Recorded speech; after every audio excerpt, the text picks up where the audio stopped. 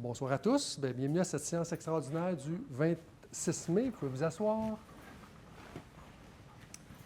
Donc, on n'a pas un gros ordre du jour ce soir. On va commencer par l'adoption de l'ordre du jour en 1.2. Monsieur Millette, appuyé par Madame Prince. Donc, on avait normalement une période de questions, mais on va la garder à la fin, comme on a juste un sujet. Si vous avez des questions, on va vous inviter à la poser à la deuxième période de questions.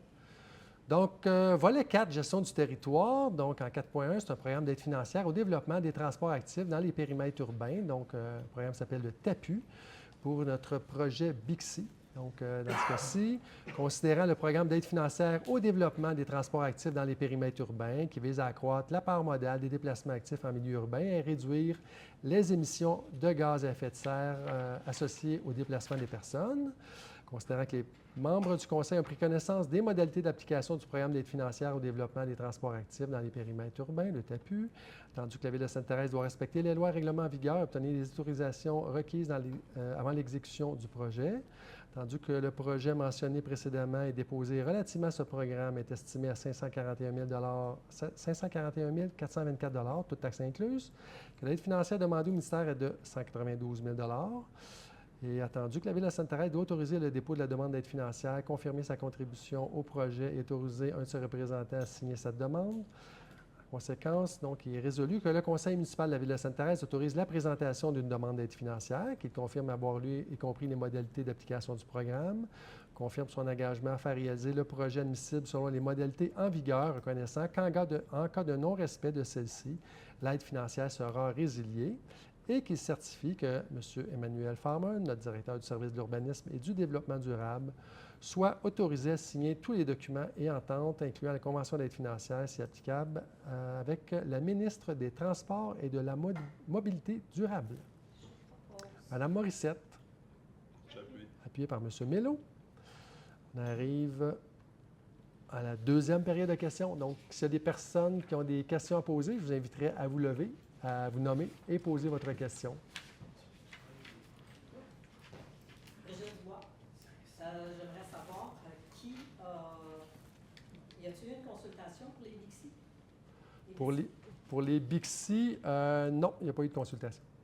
Okay. Qui va prendre cette décision? Est-ce qu'elle est prise ou si vous êtes en train de travailler là-dessus? En fait, c'est un projet qui est prévu pour l'an prochain. Donc, à l'heure actuelle, en fait, ce soir, c'est seulement la demande d'aide financière. Donc, pour pouvoir proposer un projet, on avait une date vraiment limite qui était 30 mai. Donc, on a appris qu'en fait, on avait droit à une subvention et qu'on devait déposer avant le 30 mai. C'est pour ça que ce soir, on fait une séance extraordinaire pour pouvoir faire cette demande-là d'aide financière. Le déploiement des projets BIXI, c'est l'an prochain. Donc, effectivement, est-ce qu'on aura une consultation à ce niveau-là? On ne le sait pas encore. On n'a pas encore discuté. Ça va profiter à qui? Ça va profiter à qui? Écoutez, ce qui est prévu, c'est 5 stations, 48 vélos ou 50 vélos? 48, 48 vélos en tout. La moitié sont électriques, l'autre moitié sont manuels. Donc, à qui ça va profiter? Bien, c'est sûr, exemple, normalement, il y aurait eu une station qui aurait été au moins une station à la gare, une près de l'hôtel de ville, autour du cégep. Donc, évidemment, pour les usagers de la gare et les étudiants, ça va être très utile. Aussi, ce qui nous intéresse dans ce projet-là, c'est que Boisbriand et Rosemère, possiblement Blainville aussi, embarqueraient dans le projet. Parce que si on est tout seul, c'est sûr effectivement que les avantages, les bénéfices sont assez limités. Mais par contre, si Boisbriand embarque, comme je dis, ils ont déjà confirmé leur intérêt, là. Donc, c'est sûr que s'il y a une station à Place Rosemère, il y en a une à Faubourg-Boisbriand, bien déjà, là, ça devient plus intéressant parce qu'on se dit, bon, bien, fait que dans le fond, c'est dans cette optique-là que... En fait, c'est un peu aussi en ce moment, on n'a pas beaucoup d'usagers du vélo. Puis, un vélo électrique, ça coûte très cher. Donc, évidemment, en ayant des vélos électriques qui sont mis à disposition des citoyens, bien, justement, ça peut donner le goût aux gens de dire, bien, regarde, moi, c'est un mode de transport que je veux utiliser. C'est pour ça qu'on a. C'est sûr que c'est un faible déploiement, là, c'est seulement 5 stations. Mais effectivement, on pourra discuter, voir si ça vaudrait la peine de consulter les citoyens à ce niveau-là. Je pense que oui, au prix que ça va nous coûter. Bien, au niveau de l'achat, ça ne sera pas très cher. Mais par contre, après, effectivement, au niveau du coût d'utilisation, c'est surtout le coût d'utilisation qui est plus significatif plutôt que le coût à l'achat, parce que le coût à l'achat, on a beaucoup de subventions pour ça. On en a une ce soir, mais on pourrait même avoir droit à une autre subvention qui pourrait couvrir... 30%. Ouais, mais en tout, ça pourrait aller à 80 là, donc, fait que Parce qu'il me ouais. semble qu'avant de demander des subventions, ça serait peut-être intéressant de savoir la moyenne d'âge des gens dans la ville de Sainte-Thérèse. Hein? Est-ce qu'ils sont vraiment intéressés à avoir des vélos, 5 stations, surtout que les stations dont vous avez mentionné, vous en avez 2, les autres, vous ne savez pas trop ce qu'ils sont, là. Bien, on n'a pas encore fait... Ces stations-là, c'est des gens qui sont déjà en autobus, qui peuvent se rendre au cégep. Puis si vous faites des stations comme au cégep, vous favorisez les gens du cégep. Moi, je ne sais pas, là, mais je pense que ça vaudrait la peine de faire une consultation des gens avant de commencer à demander des subventions. Je pense que c'est toujours mieux d'avoir un topo avant de partir des projets. Ça, c'était... Bien, je vous dirais, par rapport à l'âge, par contre, écoutez, il y a des gens... J'ai un voisin qui a 80 ans qui fait du vélo électrique. Fait que, tu sais, je pense que le vélo, c'est quand même un moyen de transport qui est accessible à tout le monde.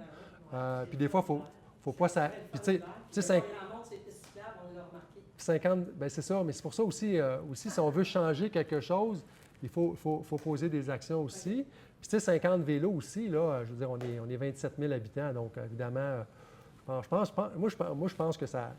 Je veux dire, ma crainte, c'est pas que les vélos ne soient pas utilisés, c'est qu'il en manque. Là. À un moment donné, il est possible que les jeunes nous disent, écoute, là, pensez-y, s'il y a 10 vélos, exemple, au cégep, puis 10 à la gare, d'après moi, ça ne sera pas trop long qu'ils vont être utilisés, mais en tout cas... En ce que vous pensez que la réalité, ça peut être deux. Ma deuxième question étant, on est venu, les gens qui ont été inondés, on a respecté tout ce que vous nous aviez demandé, on a rempli des formulaires, on était supposé d'avoir des réponses. On n'a jamais eu de réponse. Réponse par rapport à quoi? Bien, vous nous aviez dit, posément des ingénieurs, venir visiter nos sous-sols, voir ce qu'on avait fait, on a produit nos factures, on a aidé tout le monde, on l'a tout fait. Tout ce que vous nous aviez demandé, on avait même une date butoir pour faire ça, ça ouvrait à telle heure, ça fermait à telle heure, on a tout fait.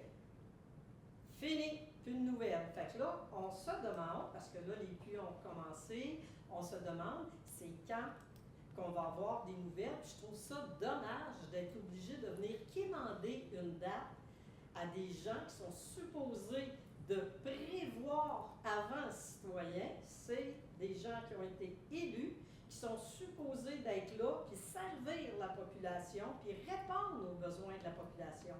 À date, c'est pas vraiment ça qui se passe. On est obligé de venir ici pour se faire dire, ben là, c'est un projet, ben là, on va étudier la cause. Non, là, vous êtes supposé que vous nous aviez dit au Centre culturel et communautaire, le panel qui était là, il était supposé nous appeler, vérifier ce qu'on avait avant toute chose. Là. Si on n'était pas conforme, il nous le disait, on se conformait, mais là, à date, là, il n'y a rien. C'est quand qu'on va avoir des nouvelles de ça? Bien, vous allez être contente de ma réponse, Mme Dubois, parce que justement, on vient juste d'en parler. On avait un comité juste avant. Donc, le contrat va être octroyé lundi prochain. Donc, ce qui arrive, c'est qu'il fallait aller en appel d'offres. Donc, on est allé en appel d'offres. On a ouvert les soumissions. Donc, on est prêt maintenant à donner le contrat. Mais c'est ça. C'est sûr qu'il y a des délais. Mais on l'avait dit aux gens quand on avait dit qu'ils pouvaient s'inscrire jusqu'au mois de mars. On avait dit, bien, par la suite, bien, c'est ça. Il faut rédiger l'appel d'offres, aller en appel d'offres, obtenir. Fait que là, toutes ces étapes-là sont faites. Et dans le fond, le contrat va être octroyé lundi. Et par la suite, bien, justement, on avait aussi, les conseillers aussi ont demandé aussi bien, à partir de quand les gens vont pouvoir, les inspections vont commencer. On va avoir la réponse bientôt. Dans le fond, dès que le contrat est donné, on rencontre la firme et on leur demande justement au niveau de leur échéancier comment ça va fonctionner. Fait que ce soir, je ne peux pas vous dire exactement à partir de quand la première personne inscrite sur la liste va être rencontrée. Mais on donne le contrat lundi. Mais c'est parce que pour moi, c'est pas suffisant bientôt. Moi, je veux une date. Ben, c'est lundi, on donne le contrat, c'est ça que je vous dis. Regardez, là, moi, là, on est tanné de se faire dire faites ci, faites ça, bientôt. Bientôt. On repousse tout le temps. Tu sais, on perd, puis on perd. Moi, je veux dedans. Communiquez avec nous. Vous êtes capable de le faire à la ville de Sainte-Thérèse, communiquer avec nous. Vous nous envoyez nos comptes de taxes. Communiquez avec nous. Dites-nous c'est quand, vers quelle date, comment vous allez fonctionner. Est-ce que vous allez faire un quartier, 2 quartiers, 3 quartiers, la plus haute facture? Dites-nous quelque chose. Communiquez. Communiquez, là. C'est facile de communiquer. Plutôt que de faire déplacer le monde puis venir ici, moi, il y a plein de monde qui m'ont dit voici, on n'est plus capable d'y aller. Fait que moi, là, je représente plusieurs personnes ce soir. Ils ne sont pas déplacés. Mais c'est parce qu'il y en a, on aura le pompon. Ben, écoutez, je vais vous Bien, dire. pour moi, c'est pas une réponse. Je vous le dis. Madame Dubois, Madame Dubois. Continuez de rire, là. Ben, et Madame nous Dubois, aussi, non. on rit en arrière Ouais. de OK. certaines personnes. Ben, Madame Dubois, je peux vous dire, comme je dis, on ne peut pas communiquer tant et si longtemps qu'on n'a pas l'information à communiquer. On attendait justement d'avoir que le processus d'appel d'offres soit terminé. Il est terminé. On octroie le lundi et c'est exactement ce qu'on a dit au comité tantôt. Il va falloir émettre une communication aux citoyens pour leur dire, bien voici, on est rendu là, mais on ne peut pas communiquer. Je ne peux pas communiquer avant que. Je ne peux pas communiquer pendant. Laissez-moi parler. Je ne peux pas communiquer pendant que l'appel d'offres est en cours. Je n'ai rien à dire aux citoyens. Fait que dès qu'on a quelque chose à dire, on le dit aux citoyens. Et je peux vous dire une chose, on est allé, on avait un congrès, des assises de l'UMQ la semaine dernière, et on va être la ville la plus à l'avant-garde à ce niveau-là, au niveau du programme qu'on a mis en place. Il n'y a aucune ville au Québec qui va aussi loin que Sainte-Thérèse. Moi, j'en ai parlé, on avait une AGA, et j'en ai parlé, puis il y a plein de maires qui sont venus me voir, me dire, M. Charon, ça nous intéresse, nous aussi, de mettre en place ce programme-là chez nous. Fait que voilà, je pense qu'on fait un excellent travail. On est allé très loin là-dedans, puis, comme je vous dis, on communique. Dès qu'on a un système, un espace citoyen, écoutez, on est vraiment bien équipé, mais c'est sûr, il y a un délai. Moi aussi, je suis d'accord avec vous, je suis impatient, je veux que ça aille plus vite, puis souvent, nos directeurs me trouvent fatigant. Ben, je dis, bien là, quand est-ce qu'on avance? Mais on avance le plus vite possible. Mais là, enfin, le contrat va être donné lundi. Madame Bélanger? Je confirme avoir vu notre maire insister beaucoup pour que les choses se fassent le plus rapidement possible, quitte à être un petit peu agaçant pour l'administration. Je l'ai vu, je le confirme. Puis aussi au niveau de l'administration. Ben, on ne va pas débattre. On est tous insistants, là, tu sais. On a tous hâte, on s'entend là-dessus. On siège le même comité. J'aurais pu dire moi aussi, tu sais, rendu là, Armando. Mon point, c'est pas ça, c'est juste de dire. Comme je vous dis, lundi, on octroie le contrat. Après ça, on entre en communication avec la firme. Puis, dès qu'on a cette information-là, quand est-ce qu'il commence, on envoie une communication. Donc, la semaine prochaine, normalement, on a une communication pour les citoyens. Puis aussi, je peux confirmer que l'administration, Mme Dubois, je m'adresse à vous. Parce que je ne suis pas intéressée d'entendre le dialogue que vous faites d'habitude. Vous essayez de nous rouler dans Paris, vous essayez de nous endormir. On est tanné de vous entendre, madame. Mais si vous pensez ça, je peux c'est pas à vous que je m'adressais de toute façon. OK? C'est pas à vous que je OK. m'adressais. Juste, s'il vous plaît, est-ce qu'il y a d'autres personnes dans la salle qui ont des questions à poser? Est-ce qu'il y a une assemblée extraordinaire lundi prochain pour discuter de ça? Ben, en fait, c'est lundi prochain, c'est l'Assemblée régulière. Donc, le contrat va être octroyé lors de l'Assemblée régulière. Exactement. Vous allez consulter les gens pour les Dixie, parce que moi, je vais être consultée. Bien, comme je dis, on va en parler ensemble. C'est le conseil qui décide. Je ne suis pas le seul décideur, donc ça va être discuté, mais on prend en bonne note de votre demande. Peut-être y aller. J'avais levé ma main par rapport à l'autre. Oui, mais juste, il y avait Mme Prince puis Mme Bélanger. Mme Morissette, Mme Prince, Mme Bélanger. Ben non, mais c'était juste pour répondre au Bixi. Il faut comprendre ici que ça s'inscrit dans un projet qui est structurant et en fait dans le but de développer du transport collectif et mobile, de mobilité. Fait que c'est ça le but dans tout ça, c'est de donner des outils pour que le transport, j'ai un blanc de mémoire de mots mobile, de mobilité, soit Transport actif. soit développé davantage. Donc, pour faire ça, il faut se doter d'outils, puis ça, c'est un outil concret. Donc, dans la lutte par rapport au changement climatique. Si j'essaie, Développer plus les élus que le transport. C'est un cocktail de plusieurs moyens qu'il faut mettre de l'avant. Madame Prince? Dans la santé publique, pour l'environnement, la mobilité de façon générale, il y a plein d'avantages qui sont reliés à l'usage. Je m'excuserai, j'ai de la misère à me concentrer. Ça apporte moins de voitures sur les routes, c'est moins polluant, je veux dire, il y a moins de maladies chroniques qui sont liées, il y a plusieurs études sur le sujet, donc c'est vraiment un investissement pour notre communauté. Et en plus, les gens qui se déplacent à vélo s'arrêtent généralement plus souvent dans des commerces de proximité ou tout autre avantage. Donc, il y en a beaucoup. J'en vois pas beaucoup l'hiver. Mais vous avez raison qu'il y en a pas beaucoup.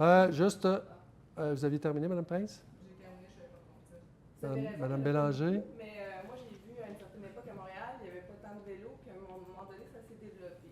Puis il faut se rappeler que chaque personne qu'on voit sur un vélo, c'est quelqu'un de moins sur la route aussi, puis qui contribue pas mal moins au trafic qu'à l'usure des routes, des infrastructures. J'aimerais aussi rappeler qu'on paye tous collectivement, qu'on ait une voiture ou pas, le déneigement des rues. On paye tous les coûts faramineux des rues. Via nos taxes, nos impôts, ça coûte extrêmement cher, notre réseau artériel. Et ça, on ne pose pas la question aux gens qui sont à pied ou à vélo. Êtes-vous d'accord pour qu'on investisse là-dedans? Puisque vous ne l'utilisez pas, vous utilisez les trottoirs.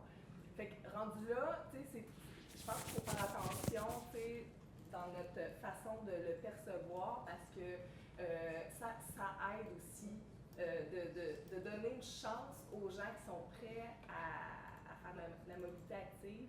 Ça donne une chance à ceux qui n'ont pas le choix d'être en voiture, d'avoir l'espace plus libre pour eux sur le réseau routier. Fait que, je pense que ça prend un cocktail de solutions. On s'en sortira Parfait. pas. Excellent. Donc, est-ce qu'il y avait d'autres personnes dans la salle qui ont des questions? Pas de questions.